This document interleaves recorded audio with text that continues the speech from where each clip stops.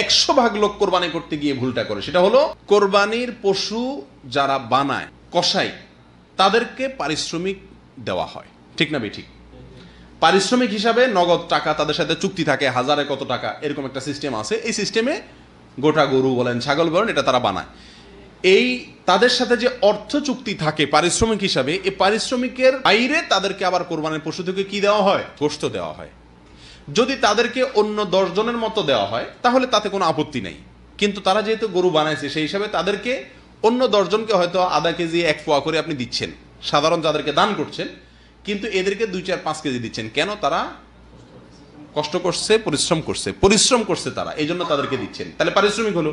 পরিশ্রম করছে সেটাকে খেয়াল রেখে দিলেন, তাহলে এটা কি হলো? পারিশ্রমিক হলো।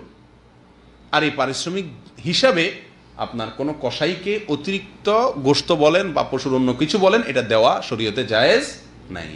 কসাইরাও খুব চালাক, তারাও আমাদের সঙ্গে এই কোরবানির পশু এটা বানানোর জন্য যখন চুক্তি করে তখন খুব বেশি দরাদরি করে না, কারণ তারাও জানে যে 2, 4, 5 কেজি গোশত তো আমি এমনিই পাবো, তো 4 কেজি গোশত পালে তো 2000 টাকা দাম এমনি এসে গেল, অতএব 1000 যদি চুক্তিতে কমও হয় লস নাই।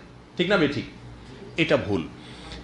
এ সম্পর্কে নবী করিম সাল্লাল্লাহু আলাইহি সাল্লামের একাধিক একেবারে স্পষ্ট নির্দেশনা পাওয়া যায়।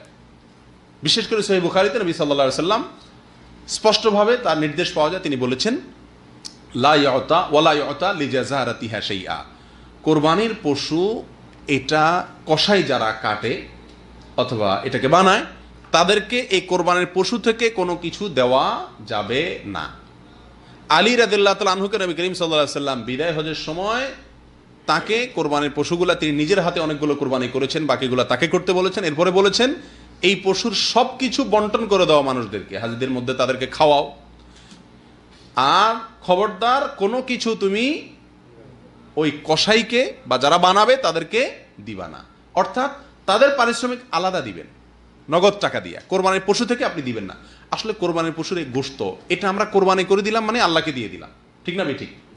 আল্লাহ সুবহানাহু ওয়া তাআলার নিয়ম হলো কোনো কিছু আল্লাহকে দান করলে আল্লাহ নিজে সেটা গ্রহণ করেন না। আগের যুগে আল্লাহকে দান করলে মানুষ পাহাড়ে রেখে আসতো, সেটা আসমান থেকে এসে আগুন এসে জ্বালাই দিত, তার মানে আল্লাহ তাআলা অ্যাকসেপ্ট করছেন।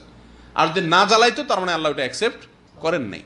আর আখিরি জামানার উম্মতকে আমাদের জন্য আল্লাহ সুবহানাহু ওয়া তাআলা সুযোগ দিয়েছেন। সেটা কি? আমরা আল্লাহ সুবহানাহু ওয়া তাআলার জন্য কিছু দান করলে, যাকাত দিলে, ফিতরা দিলে, সব আল্লাহর জন্যই তো দান করি। আল্লাহ সুবহানাহু ওয়া তাআলা ওটাকে দালিয়ে দেন না। আল্লাহ সুবহানাহু ওয়া তাআলা আমাদের সুবিধার জন্যই, গরিবদের মাঝে বন্টন করার জন্য, নির্দিষ্ট খাতে দেওয়ার জন্য আল্লাহ তাআলা কি করছেন? নির্দেশ করছেন। কোরবানির গোশতটা শুধু ব্যতিক্রম। এখানে আল্লাহ সুবহানাহু ওয়া তাআলা গোশতটা আমাদেরকে খাওয়ার সুযোগ রেখেছেন, যে তোমরা যারা কোরবানি করছো তোমরা নিজেরা কি করতে পারো? এটা খেতে পারো, দান করতে পারো, রাখতে পারো। তিনও সুযোগ আছে। সূরা তিরমিজিতে আসছে, নবী সাল্লাল্লাহু আলাইহি সাল্লাম বলেছেন, ফাকুলু মিনহা ওয়া আতইমু ওয়াদাখিরু, তোমরা নিজেরা সেখান থেকে খাও, মানুষকে দান করো, আবার রেখে দাও, সুযোগ আছে। এক সময় নবী সাল্লাল্লাহু আলাইহি সাল্লাম নিষেধ করছেন 3 দিনের বেশি রাখা যাবে না, কিন্তু এরপরে সেটা তিনি প্রত্যাহার করেছেন, রহিত করেছেন। এরপর বলেছেন তোমরা এখান থেকে যা খুশি করতে পারো। অর্থাৎ যা খুশি বলতে নিজে খাও, মানুষকে দান করো, জমা করো, কিন্তু বিক্রি করা যাবে? যাকে আপনি দান করছেন সে বিক্রি করতে পারে, কিন্তু আপনার কোরবানির গোশত আপনি বিক্রি করতে পারবেন? যেহেতু বিক্রি করা যায় না, অতএব পারিশ্রমিক হিসাবেও কাউকে দেওয়া যায় না। বিধায় আপনার যে কসাই এই পশুটা বানায় দিছে, তাকে যদি আপনি টাকা দিলেন আর গোশত অতিরিক্ত দিলেন এই জন্য, এই খেয়াল থেকে যে সে কষ্ট করছে, পরিশ্রম করছে, তাহলে পরিশ্রমের বিনিময় দিলেন, সেই হিসাবে এটা কি হবে না? জায়েজ হবে না। সবচেয়ে বড় কথা হলো নবী করিম সাল্লাল্লাহু আলাইহি ওয়াসাল্লাম নিষেধ করছেন, ব্যাস। তাহলে আমাদের এই কাজটা করা উচিত কি উচিত না?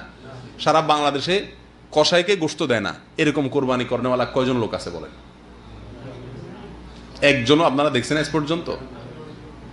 অথচ উচিত হলো কসাইকে আগে ভাগে বলে দেওয়া যে বাবা তুমি এই গরু বানাইতে কত টাকা নিবা বলো, আর মাথায় রেখো তোমাকে কিন্তু আমি কোনো গোশত দেবো না, যদি দেই তো অন্য 10 জনকে যেভাবে দেবো তোমাকেও সেই হারে দেবো, তুমি এটা বানাইছো সেই হিসাবে তোমাকে আমি এক্সট্রা কোনো গোশত দেবো না। এই কথা সাফ এবং পরিষ্কার তাকে আগে থেকে বলে দেওয়া উচিত। ঠিক না ঠিক? তো এই ভুলটা অহরহ হয়, এটা আমাদের খেয়াল রাখা উচিত। আল্লাহ তাআলা আমাদেরকে বুঝার তৌফিক দান করেন।